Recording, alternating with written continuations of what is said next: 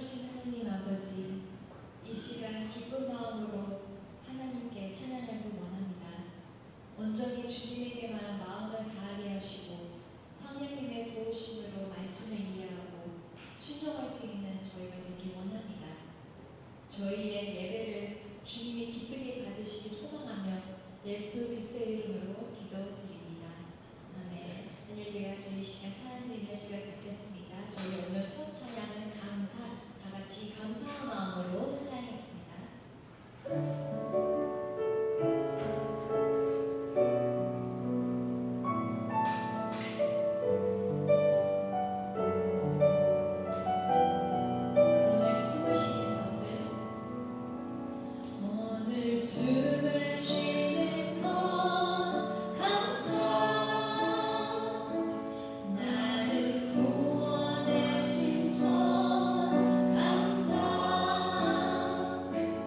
내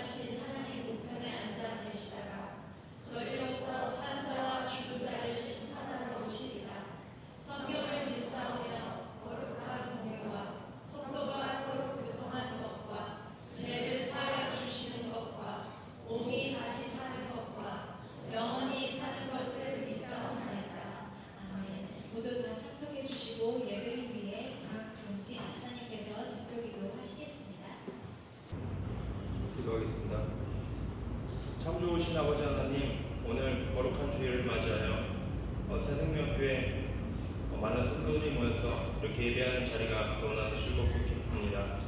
오늘 목사님을 통해서 전해주시는 말씀을 통하여 우리 삶에 우리의 영혼이 다시 소생되고 그리고 우리의 삶을 다시 거룩하게 바라보면서 예수 그리스도의 흔적을 따라가는 우리들이 될 수 있게 인도해 주시옵소서.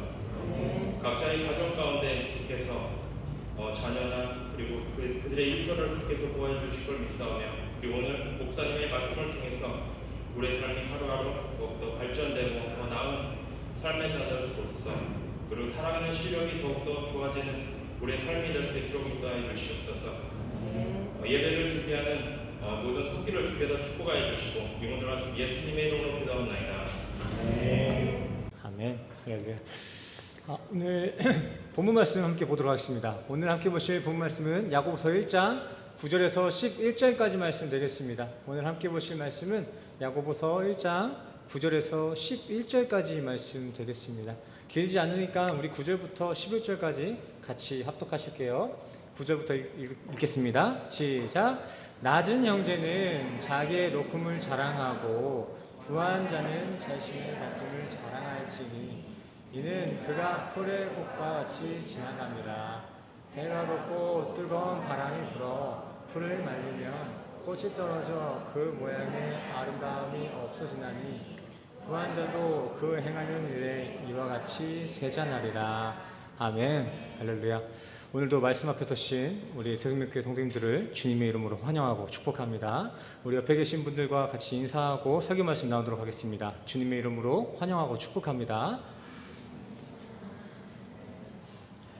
환영하고 축복합니다. 한국 날씨가 벌써 이제 봄이 다 됐다고 그래요. 따뜻하답니다. 이렇게 성도님들도 봄이라고 또 한국에 가신 것 같은데 계신 곳에서 꼭 주일 성수하시고요. 또 새생명교회 이 설교도 따라오셔야 되니까 댁에 돌아가셔서는 꼭 새생명교회 채널에 들어가셔서 유튜브 채널에 들어가셔서 함께 설교에 예배에 참여해 주시길 바랍니다. 그리고 다시 한번 광고를 드리는 건데 1층 냉장고 있지 않습니까? 음료수 냉장고. 그 음료수 냉장고는 이제 처음에는 자발적인 참여로 이렇게 운영이 됐는데 그 부분이 조금 흐려져서 이제 음료수 하나에 100페소씩 판매를 하고 있습니다. 조금 비싼 가격이지만 신기하게도 이렇게 결산할 때 보면은 항상 적자예요. 되게 신기하죠? 음료수 하나에 100페소 비싼 거잖아요. 맞잖아요. 근데 이렇게 마지막에 제가 세알을 보잖아요. 적자예요. 저 엊그저께 5,000페소 썼어요. 5,000페소. 제 돈 썼습니다. 선생님들. 그러니까 성도님 이게 있잖아요. 제가 돈 벌라는 게 아니고 거기서 수익이 나오면 우리 애들 배에 들어갈 거예요. 우리 제자들 배에 들어갈 거고 또 그 돈이 풍성해지면은 우리 선교지에 조금 도움을 주려고 하니까 성도님들 좀 넓은 마음으로 좀 함께 참여해 주시길 바랍니다. 음료수 안 좋아하셔도 옆에 있는 사람 한두 개씩 더 사주시고 그리고 죄송하지만 잔돈은 없어요. 잔돈 없으니까 1,000페소밖에 없으시면 그냥 1,000페소 내시고 이렇게 해주시면 모습이 좋을 것 같아요. 그렇죠? 네, 감사합니다. 그리고 이제 다다음 주 6월 8일은 이제 새생명교회 개척 이제 건축된 지 10년을 기념하고 감사하는 예배가 되겠습니다. 6월 8일 이제 6월 둘째 주가 되겠습니다. 웬만해서는 빠져서는 안 되겠죠. 그렇죠? 그래도 개척 기념일인데. 자, 오늘 말씀 보겠습니다. 오늘 본문 야고보서는요, AD 50년경쯤 예수님의 동생 야고보가 12지파, 즉 이스라엘 성도들에게 보낸 편지의 내용입니다. 조금 더 명확하게는 흩어져 있는 12지파, 흩어져 있는 이스라엘 성도에게 편지한 내용이다라고 생각해 주시면 좋을 것 같습니다. 우리는 흔히 이렇게 흩어져 있는 이스라엘 사람들을 칭할 때 디아스포라 유대인 그리스도인이라고 부릅니다. 디아스포라 유대 그리스도인. 성경은 당시 이러한 디아스포라 유대인들을 나그네라고도 이야기합니다. 정처 없이 떠돌아다니는 나그네. 1세기 그리스도인들은 거의 다 이렇게 나그네였습니다. 디아스포라였어요. 당시 이스라엘 그 그리스도인들은 어디 발붙일 곳이 없었거든요. 그들은 자신의 본향 그 유대에서는요, 예수를 믿는다고 사이비 이단 취급을 당하며 추방을 당했습니다. 그렇게 추방을 당해서 로마로 쫓겨났습니다. 근데 그렇게 로마로 쫓겨나고 나서도 그들이 황제 숭배를 하지 않으니까 로마에서는 그들을 반역한다, 반사회단체로 취급하며 또 쫓겨났어요. 유대에서는 예수도 믿는다고, 하나님 이외에 예수도 믿는다고 까였고요. 또 쫓겨난 그 로마에서는 예수만 믿는다고 까였다라는 거예요. 그렇게 당시 유대 디아스포라 그리스도인들은 사방팔방으로 배척과 압제를 당했기에 어디 한 곳에 머물러 편안한 삶을 누리지 못하고 이 지역 저 지역 떠돌아다니며 유목민처럼 신앙을 지켜야만 했습니다. 이때는 그 그리스도인들이 조금만 모여있기만 하면은 그 사울 같은 추노꾼들이 왔거든요. 이렇게 예배드리는 현장이 어디에 소문이라도 났다 그러면 그 즉시 칼 들고 쫓아왔던 거예요. 거기에 주역이 사울, 바울이었죠. 바울. 스데반 지사님, 스데반도 이러한 배경 속에서 사울 세력에게 돌맞아 죽은 거 아니겠습니까? 저기 보시면 옷 들고 있는 저 친구가 바울이 되기 이전에 그 사울입니다.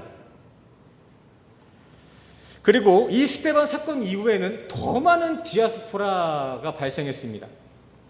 그러기에 1세기 그리스도인들은 자연스레 유대인뿐만이 아니라 흩어진 이방 땅, 그 이방인 무리에서도 유입되었고 그 이방 땅 생활에 적응하게 되었습니다.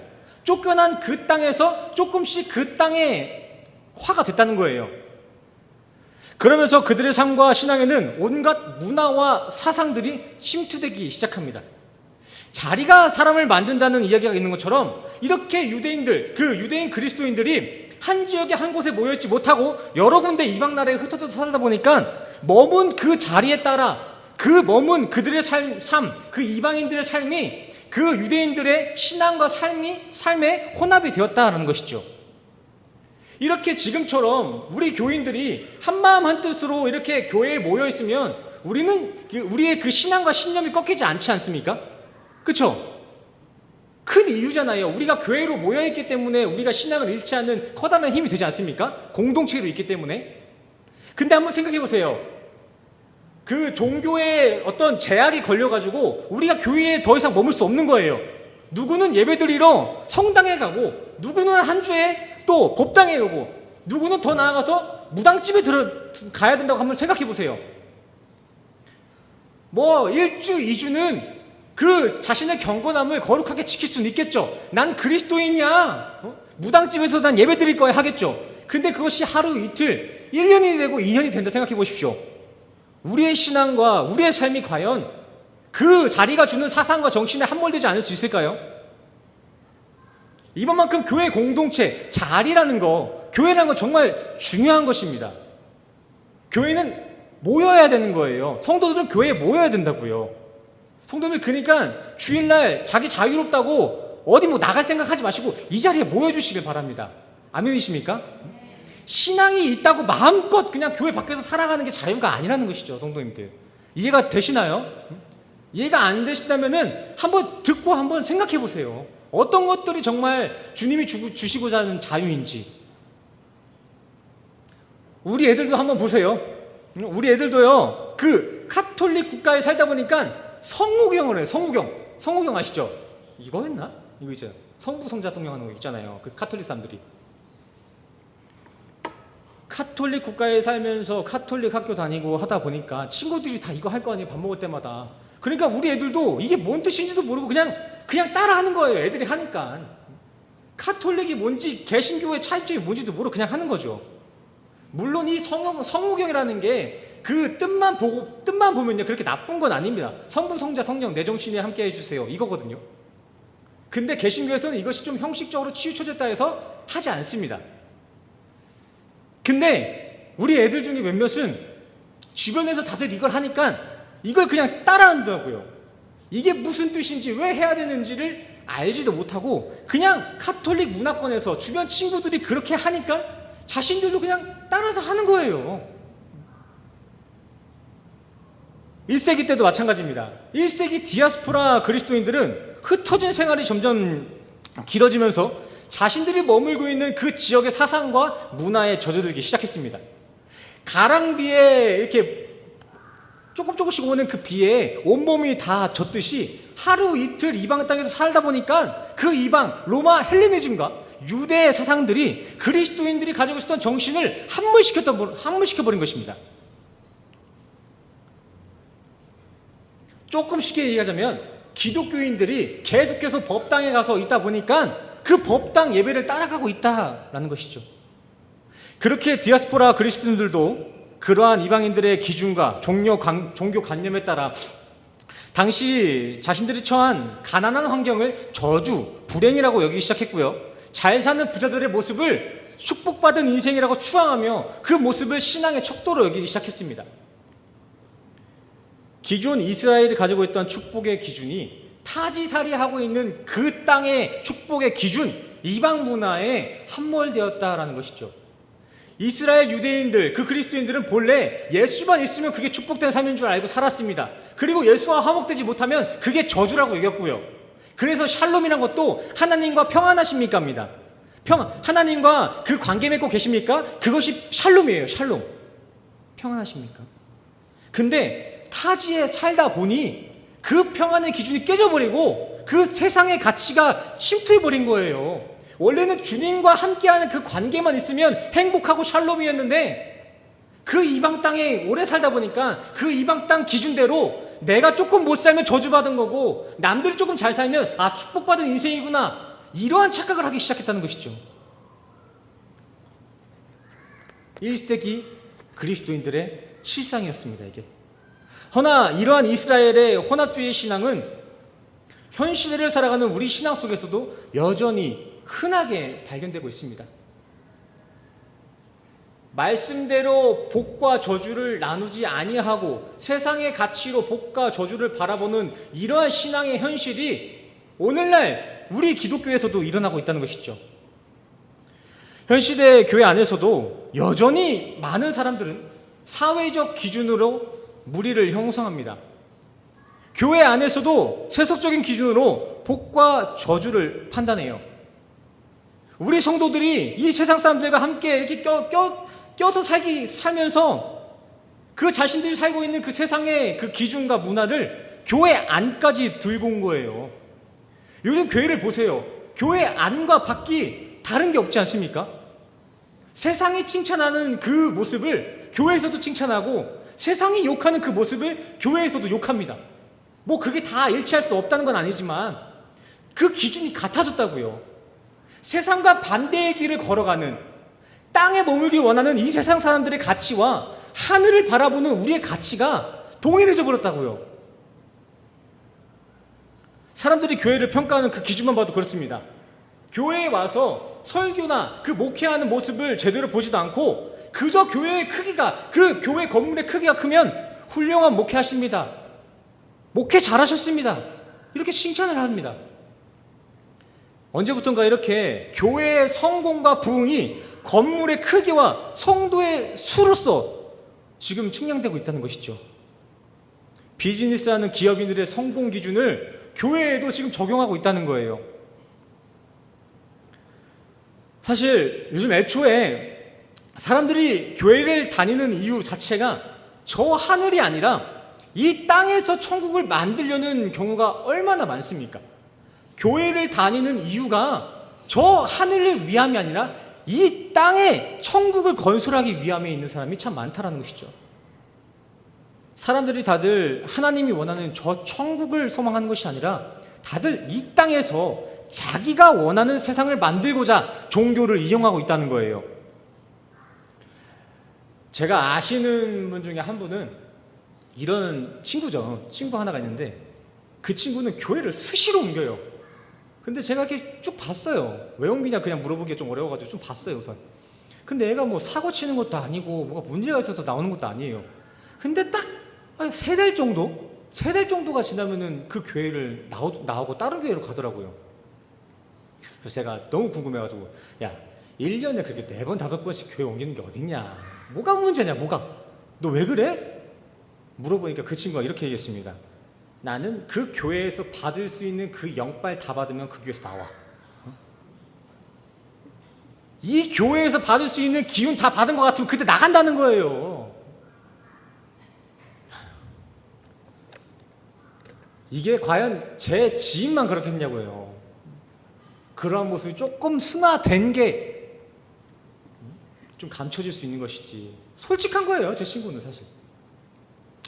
전에 제가 무속신앙에 관한 책을 한 줄 읽고 감명 깊어서 제가 성도님들한테 한 줄 발췌했던 내용이 있는데 혹시 기억나시나요? 토테미즘에 관한 책이었는데 대략 이런 내용이었던 것 같아요. 세상 복 받으려고 신과 거래하려는 이러한 시도는 무속신앙은 무당집에서만이 아닌 기독교 내에서도 기복신앙으로 나타나곤 합니다. 종교 철학, 토테미즘을 연구하는 사람들이 이러한 글을 게재했다라는 거예요. 안 믿는 사람들이 보기에도 객관적으로 보니 무당집이나 교회가 지금 다를 게 하나도 없어 보인다는 것이죠. 오늘 본문의 저자 야고보는 바로 이러한 변질된 신앙에 빠진 그리스도인들을 다시 재정비시키고자 그들에게 이러한 편지를 보내고 있는 것입니다. 그러기에 야고보서는 이러한 내용으로 지금 시작이 되고 있습니다. 보시면서 한번 들어주세요. 그러기에 너희가 시험이라고 느끼는 그 상황을 다른 종교와 사상들에 맡기지 말아라. 그 삶은 너희의 단단한 믿음을 위한 인내의 시간이다. 그 인내를 마주하기 위한 지혜는 하나님이 주시는 것이니 하나님께 도움을 구해라. 이 정함 없는 세상에서 너희의 삶을 암만 구걸해도, 너희가 느끼고 있는 그 시험을 암만 도와달라고 해도 이 세상은 너희를 못 돕는다. 하나님이 주신 우리의 시간은 하나님의 지혜로만 살아갈 수 있다라는 것입니다. 그리고 그 이후에 야고보는 그 후반에 이런 말을 적습니다. 당신들이 겪는 그 어려운 상황을 하나님의 시험이다라고 하지만 하나님은 애초에 당신들에게 시험을 준 적이 없습니다. 아이러니하죠. 당신들의 변질된 신앙과 사상이 각자의 삶을 발목 잡고 있는 거지 하나님이 당신의 삶에 시험을 던져서 당신들이 고난을 받고 있는 게 아니니까 형제님들, 그거 시험이라고 속지 마십시오. 뭐가 하나님이 주신 복이고 뭐가 하나님이 주신 시험인 거를 똑바로 알라는 것입니다. 당신들이 실험이라 여기는 것들은 세상 가치관들을 가지고 있는 이방인들 기준에서나 고난이고 시험인 것이지 그거는 하나님의 시험이 아니다라는 것입니다. 조금 이해가 되십니까, 성도님들? 안 되시나 보네요. 가벼운 이해 하나가 있겠네요. 믿는 사람들에게는 오늘 주일 예배가 어떻습니까? 기쁨이고 참 안식 아니겠습니까? 그쵸? 오늘 주일 예배 안식이잖아요. 제가 아무리 이렇게 날카롭게 설교해도 우리 심령은 기쁘잖아요. 그쵸? 하지만 믿지 않는 세상 사람들의 기준에서 이 주일 예배는 내 늦잠을 방해하고 취미생활을 방해하는 고난이요 시험이 되지 않겠습니까? 그죠? 야고보는 이런 차원에서 그리스도인의 시험과 복의 기준을 다시 확인시켜주고 있는 것입니다. 네가 지금 어떤 기준을 가지고 그리스도인의 정체성, 그리스도인의 복과 저주를 판단하고 있냐라는 것입니다. 그리고 이런 내용의 서론과 말미, 그 중간에 담겨져 있는 내용이 오늘 본문의 내용 9절과 10절입니다. 구조상으로 보면 이 9절과 11절 사이 이 내용이 무엇이 복이고 시험인지를 나타내는 글이 되겠죠. 우리 9절과 10절 말씀 같이 읽겠습니다. 두 구절만 읽을게요. 시작. 같은 형제는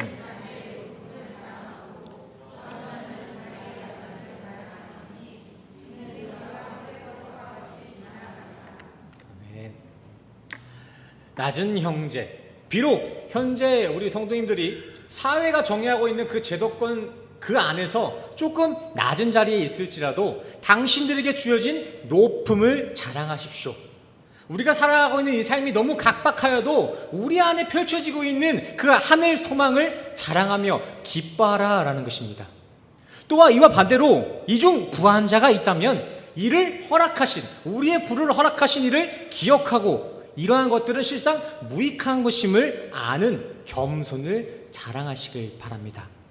그렇게 주어진 겸손이 진정 자신에게 높은 것, 가치 있는 것임을 기뻐하고 자부하고 확신하고 자랑하시길 바랍니다. 야고보는 지금 성도들에게 이런 메시지를 전하고 있는 것이죠.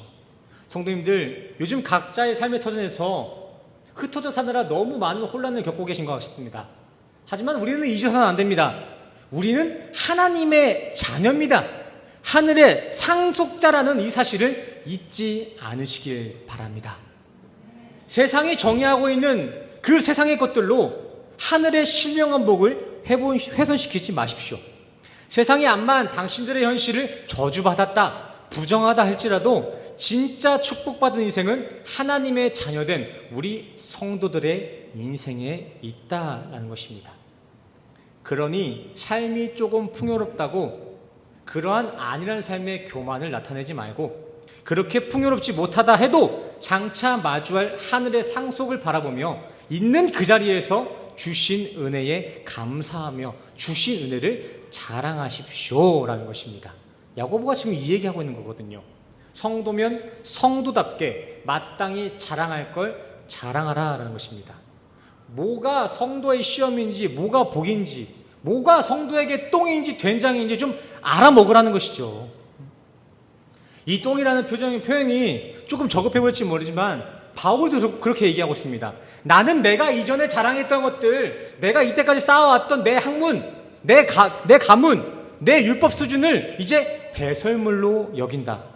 그리고 난 이제 그리스도를 아는 것만 고상하게 여기고 그리스도만 자랑한다.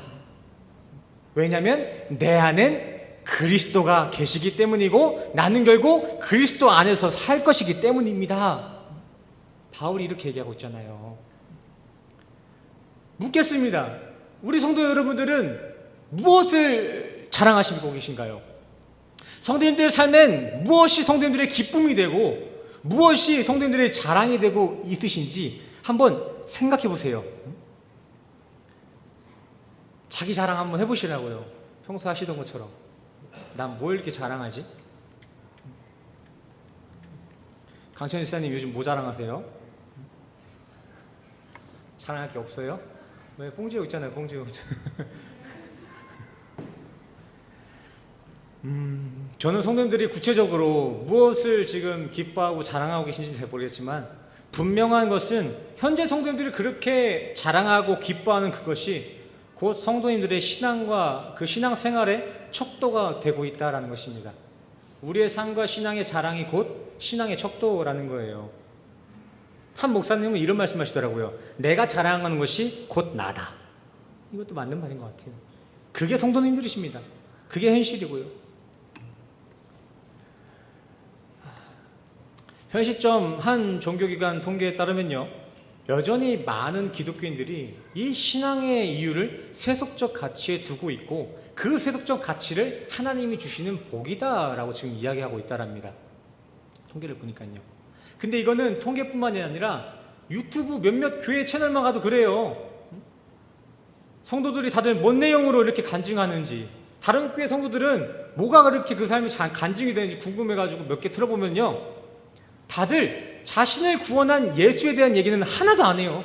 온통 자기는 어떻게 성공했는지, 내가 어떻게 다시 일어섰는지, 자기 자랑만 이렇게 간증을 한다고요. 교회 앞에서. 더 못된 거는 그걸 듣고 그걸 들은 그 사회자들은 꼭 그 간증 순서가 마무리될 때면 난 아직도 그런 큰 간증이 없는데 그런 간증이 있었으면 좋겠다라는 이러한 리액션을 합니다. 도대체 왜 이 현시대 교회는 성도들의 세속적 성공과 부유함만이 간증되고 자랑이 되고 있는 것일까요? 또 이와는 정반대로 왜 이 세상 고지에 올라가지 못한 성도는 교회에서, 이 사회에서 기가 죽어 있어야 되는 거냐고요. 왜 움츠러 있냐고요. 성도가 왜 그렇습니까? 교회에서 왜 정치인들이 날뛰고 왜 재벌들이 이렇게 날뛰어요? 또 사회적 약자들, 기초수급자들은 왜 교회에서 아무 말도 못해요? 왜 그런 거죠? 다른 이유들을 포장할 수가 없습니다. 성도들이 그렇게 세속적 가치에 신앙을 판단하게 되고 있는 것은 성도의 복과 저주, 신앙의 기준과 목적이 그러한 세속적 가치, 이 시대정신에 함몰되었기 때문입니다. 다른 이유가 있는 게 아니에요. 그러니 잘 사는 성도는 교회 안팎으로 어깨를 피고 다니고 조금 형편이 어려운 성도는 늘 기가 죽어 있는 것입니다. 가치관이, 그 정신이 이 땅에 있으니까요. 너무 무섭게 쳐다보지 마세요. 성도님들 얘기하는 거 아니거든요. 우리 교회는 그런 사람이 없으니까 제가 이렇게 편하게 얘기하겠죠. 그죠? 없잖아. 우리 교회 잘 사는 분 계세요? 제가 봤을 때는 뭐 이렇게 교만 떨 만큼 잘 사는 분 없는 것 같아요. 저보단 몰라도. 근데 우리가 여기서 또 주의해야 될 게 있죠. 잘 산다고 세상에 교만 떠는 거, 교회에서 의수되는 거, 그것만 하나님 앞에 교만이 되고 변질되는 게 아닙니다. 세상에서 조금 부족한 형편에 있다고 해서 교회에서 사회에서 주눅 들어 있는 것 또한도 하나님 앞에 근심이 되는 일입니다. 내가 잘 산다고 그렇게 교만 떠는 것뿐만이 아니라 내가 조금 못 산다고 기죽어 있는 것 또한도 아버지 앞에 근심이 된다고요. 아멘이십니까?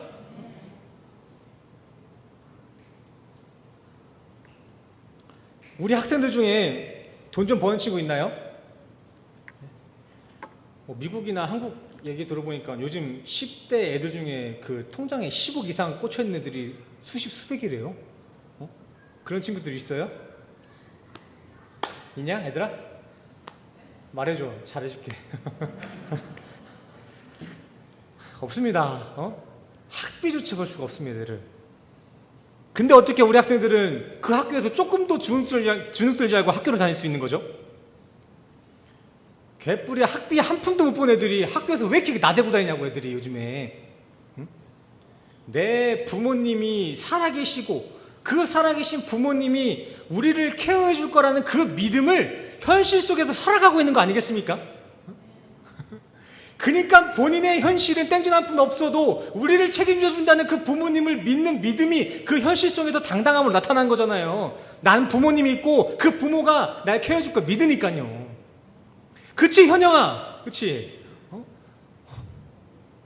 네 형편으로 무슨 노블레스를 다니겠냐고. 그치? 부모님이 책임져 줄 거니까. 그치? 근데 우리 성도들은 왜 이렇게 살아야 합니까? 소위 세상 잘 나가는 사람들 앞에서 왜 꼼짝도 못해야 하냐라는 것이죠. 우리 아빠가 누군데, 우리 성도들의 아버지가 창조주 하나님이시라는데 왜 그 하나님의 아들들이 세상에서 이렇게 어깨 높이냐고요. 세상만이 아니라 왜 교회에서도, 아버지의 집에서도 왜 어깨를 못 피냐고요. 말씀 읽어보세요. 읽겠습니다. 시작. 너희는 다시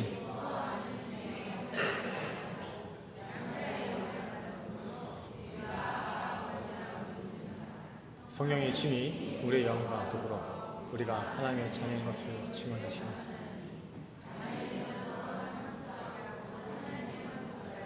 그리스도 안에. 아멘. 성도들의 아버지는 누구라고 나와 있습니까? 하나님입니다. 그리고 우리가 상속받을 것도 세상의 돈 몇 푼이 아니라 하나님의 것을 상속받는다라는 것입니다. 상속자시라고요. 상속자. 야고보서는 성도님들이 잘 아시다시피 행함이 조금 두드러지게 나타나고 있는 성경입니다. 믿음의 행함. 근데 오해하시면 안 되는 게 단순히 행위로 믿음을 만들어내라는 게 아니라 믿음을 가진 성도들의 삶과 모습, 믿음의 성도들이 겪게 될 변화를 기록한 것이 야고보서라는 것이죠. 야고보서에서 분명하게 짚고 가야 할 개념은 우리가 해야 될 것은 행위가 아니라 믿음으로부터 파생된 행함이라는 것입니다. 행함.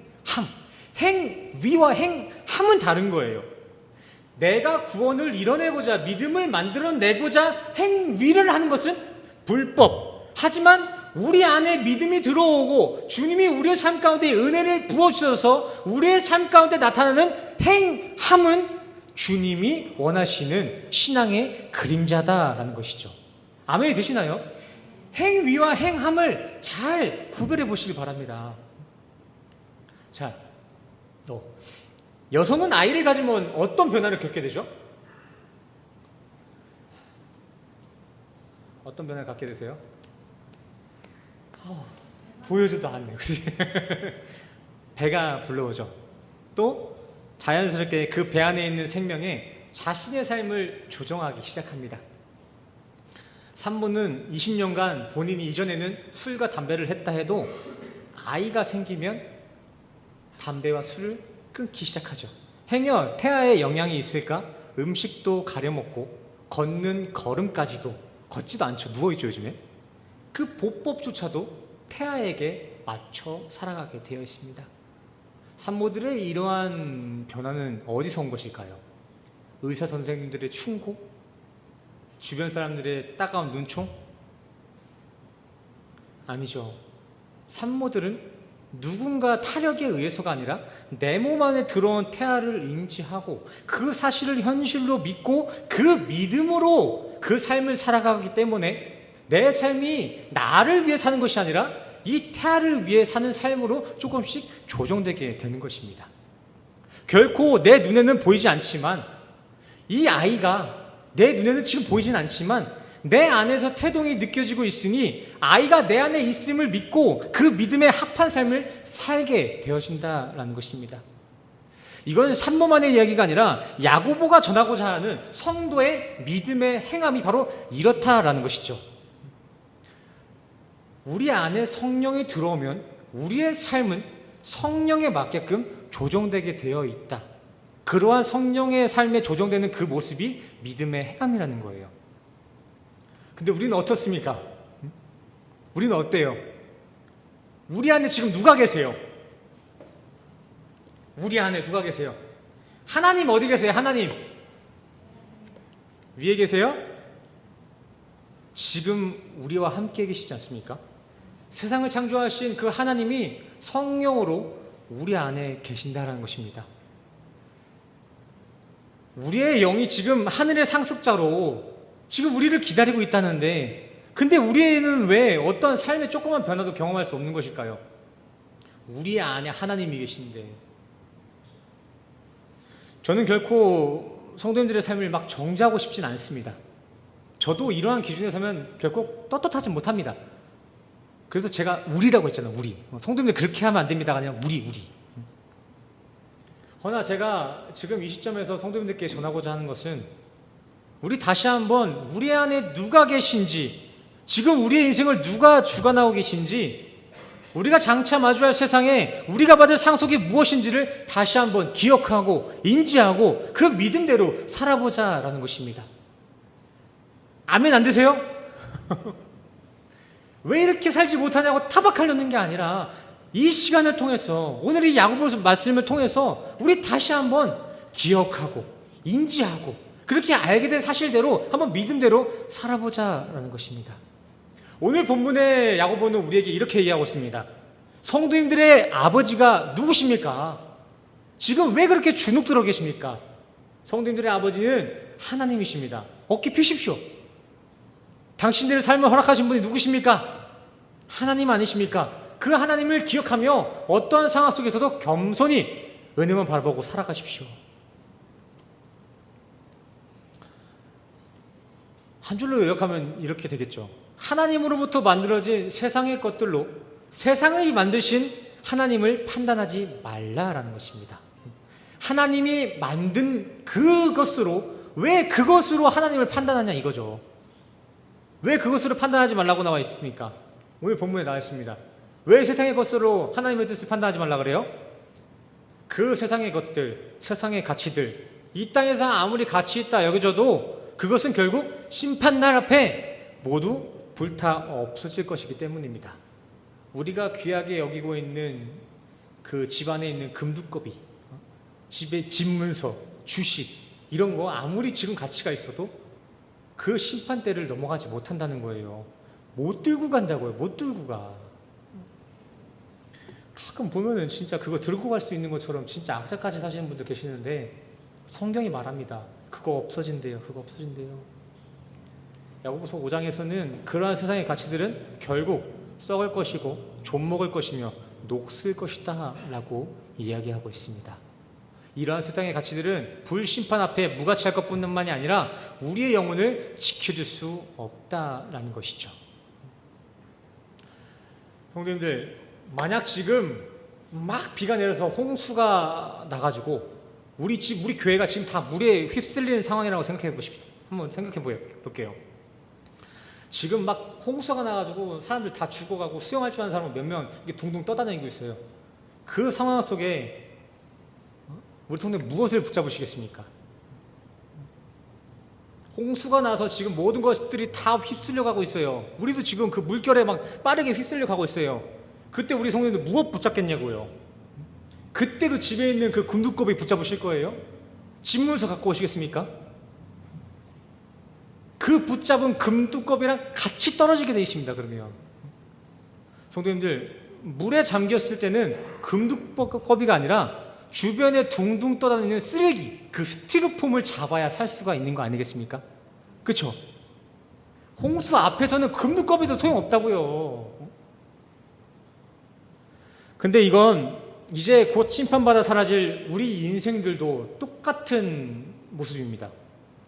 각자에게 그때가 언제 도래가 될지는 모르겠습니다. 성도님들이 언제 어느 때에 하나님의 심판을 받을지는 저도 잘 몰라요. 근데 성경에 이르길 어쨌든 우리 모두는 그 심판을 마주하게 돼 있다라는 것이죠. 그리고 그때 우리가 뭘 잡고 있어야 살 수 있는 줄 아세요? 하나님의 심판대 앞에서 우리가 살 수 있는 그 유일한 무엇이 있잖아요. 그게 뭐예요? 예수의 십자가입니다. 예수의 십자가. 그래서 우리가 바쁜 시간 다 뒤로 하고 이 주일날만큼은 이 예수 십자가 붙잡으려고 이곳에 모인 거 아니겠습니까?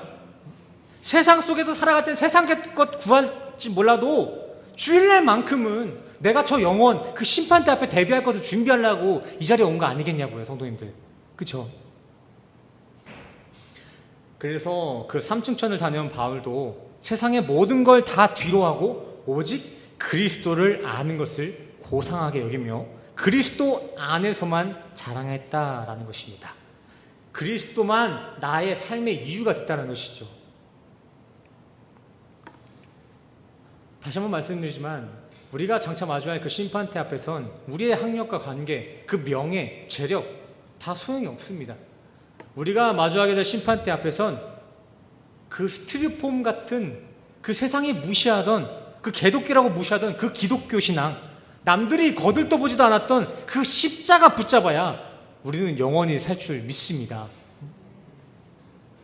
이 예배 자리는 바로 그러한 최후 심판이 있을 것을 믿고 그 심판의 유일한 생명의 도구가 그 십자가임을 다시 한번 믿고 그 십자가를 구하는 시간입니다.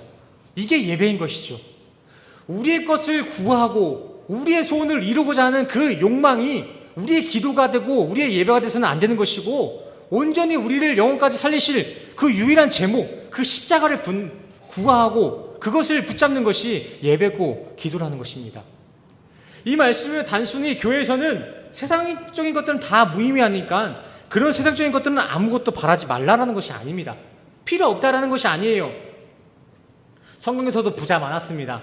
그리고 성경의 하나님은 그러한 풍요로운 성도의 삶을 통해서도 자신의 뜻을 드러내기도 하셨고요. 또 그러한 성도들의 삶을 위한 힘과 능력이 되겠다라고 말씀하신 기록도 있습니다. 허나 여기서 우리가 반드시 분별하고 기억해야 될 것은 하나님이 진정 우리에게 주고자 하시는 것은 우리의 그러한 작은 바람 정도가 아니라 영원한 안식과 평안에 있다라는 것이죠. 기독교인들은 부자되기 그렇다는 게 아닙니다. 그렇게 세상 부자되고자 하는 꿈들 때문에 성도의 궁극적인 하늘의 꿈이 가려져서는 안 된다는 것을 제가 지금 이야기하고 있는 것입니다. 하나님은 우리가 잠깐의 부유를 느끼는 게 아니라 영원한 부자가 되길 원하신다는 거예요. 영원한 부자. 저는 우리 부모님, 성도님들 또한 자녀들에게 이러한 이렇게 부를 좀 신앙으로 좀 유산으로 좀 남겨줬으면 좋겠습니다. 한시적으로 이제 곧 사라질 그 재물만 남겨주려고 아둥바둥 하시는 게 아니라 그 영원한 생명의 그 그 십자가를, 그 신앙의 유산을 우리 아이들에게 자랑으로 남겨줬으면 참 좋을 것 같아요. 아멘이십니까? 맞잖아요. 사라질 거 주는 게 아니라 영원한 거 주는 게 맞잖아요. 진짜 가치 있는 거 주는 게 유산이잖아요. 그죠?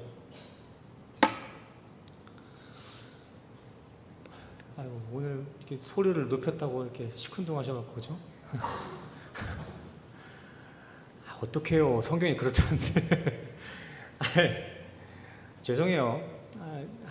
할 줄 아는 것도 이거밖에 없고요. 성경도 이렇게밖에 못 봐요, 제가. 어려서 그런 걸 수도 있고. 어려서부터 성경을 옳게 보는 걸 수도 있고요. 다른 얘기 듣고 싶으면은 다른 데 가서 들으시는 게 조금 더 빠르실 거예요. 저는 아마 그런 거 못할 것 같거든요. 말씀 정리하겠습니다. 세상은 흔히 높은 자리에 있는 사람들만 복되다 말합니다. 낮은 자리에 있는 사람들을 실패자 취급하죠. 근데 이거는 세상에 너무나 당연한 질서예요. 허나 하나님은 우리를 그렇게 바라보지 않아요. 그 하나님의 영적 질서는 그렇게 돌아가지 않습니다. 하나님은 낮은 자리에서도 우리를 사랑하는 자녀로 바라보고 계시고요. 하나님은 우리가 높은 곳에 있을 때에도 그 교만에 심취하지 않고 여전히 주님의 보호 아래에 있기를 소원하고 있다라는 것이죠. 그리고 하나님은 그렇게 자신의 바람대로 겸손하게 하나님의 말씀에 순종하며 살아가는 자녀된 삶을 복된 삶이다라고 말씀하십니다. 저는 우리 새생명교회 성도님들 모두가 이러한 하나님이 주시는 영원한 복받는 성도님 되기를 간절히 소원합니다. 금방이라도 사라질 이 세상 복받는 삶보단 영원히 우리의 자랑으로 남겨질 하늘의 복받는 삶, 이 하늘의 복이 성도님들의 최고의 자랑이요 최고의 간증이 되시길 간절히 소원합니다. 아멘. 우리 가슴에 손을 얹고 함께 고백합시다. 자랑할 걸 자랑하고 기뻐할 걸 기뻐합시다. 기뻐할 걸. 아멘. 우리 옆 사람한테 한번 물어보세요. 한번 얘기합니다. 자랑할 걸 자랑하세요. 네, 자랑할 걸.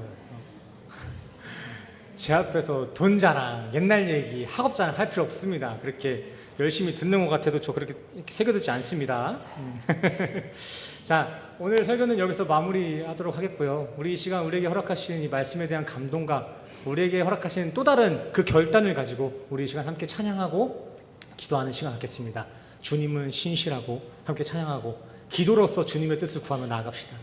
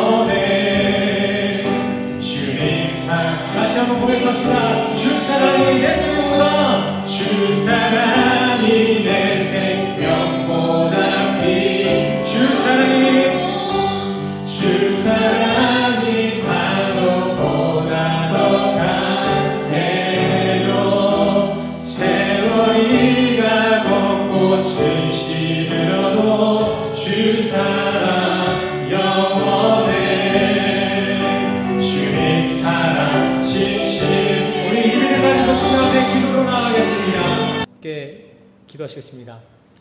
주님, 늘 우리와 함께 하셔서 우리 새생명교회 성도들이 세상의 복과 기준에 흔들리지 않고 그리스도만을 자랑하는 믿음의 삶을 살아갈 수 있도록 주님 항상 함께하여 주시옵소서. 주어진 모든 자리에서 주를 자랑하며 찬양하는 삶으로 인도하여 주시옵소서. 행여 낮은 곳에 있을 때라도 하늘 소망을 꿈꾸며 기쁨을 고백하게 하시고, 때론 우리가 높은 곳에 있을 때라면 그때에도 겸손히 주님만을 의지하는 주님의 자녀의 삶으로 우리 성도들을 지켜 주시옵소서. 그렇게 모든 상황 속에서 오로지 주님만 찬양하고 주님만 바라보며 주님만 자랑할 수 있는 우리 새생명교회 되게 하여 주시옵소서. 더하여 이 시간 우리의 높고 낮음은 모두 주님께 있음을 고백하며 각자의 소유를 거룩하게 주님 앞에 구별하며 봉헌합니다. 예물을 드리는 성도들의 손길과 중심을 관찰하시고 주님이 보시기에 합한 봉헌이 있다면 그 고백 주님 홀로 영광 받으시고, 드려진 이 예물이 아버지의 나라와 의를 위한 거룩한 고백되게 하여 주시옵소서. 주님, 이제 우리 성도들을 다시 한 주간을 살아갑니다. 이번 한 주 동안도 우리 성도들 믿음으로 지켜주셔서 사라질 이 땅의 높고 낮음에 마음을 두거나 연연치 않게 하시고, 오직 영원한 저 하늘의 높음을 소망하며 주어진 시간 속에서 주님의 은혜만을 충만히 누리며 살아갈 수 있는 우리 성도들 되게 하여 주시옵소서.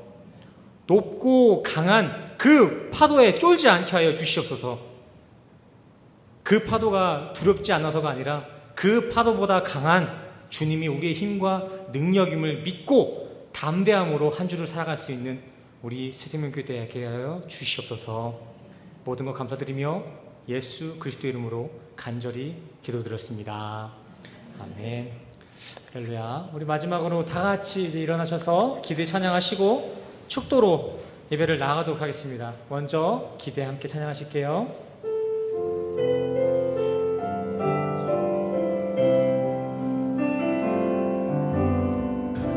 주 안에 우리 하나 못쓰는 달라도 예수님 한 푼만 바라네.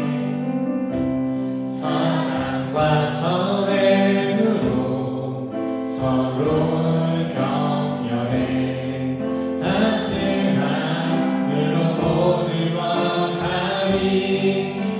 주님 우리 안에 함께 하시니 형제자매에게 기쁜 것을 부르게 내 안에 있는 주님 모습 보내 그분 기뻐하시네.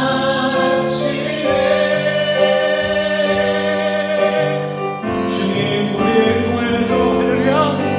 주님 우리를 통해 계획하시니 부족한 입술로 찬양하게 하시니.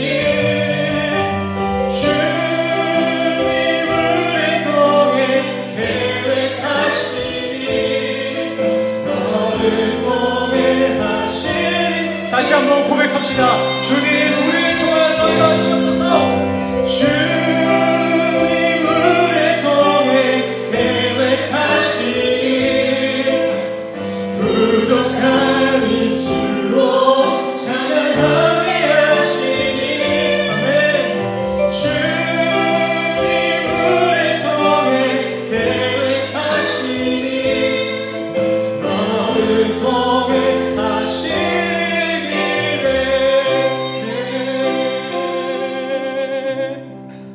아멘. 우리 이 시간 마지막으로 다 같이 가슴에 손을 얹으시고 함께 축도로 나가도록 하겠습니다. 제가 대표로 축도하시겠습니다. 지금은 우리 주 예수 그리스도의 은혜와 십자가로 확증하신 주님의 사랑과 하나님의 영이신 성령님의 교통하심이 오늘 이 시간 이 땅의 높고 낮음이 아니라 하늘의 영광, 하늘만을 자랑하게 소원하는 우리 모든 새생명교회 성도님들의 머리머리 위에 지금으로부터 영까지 함께 하시기를 간절히 축원하옵나이다.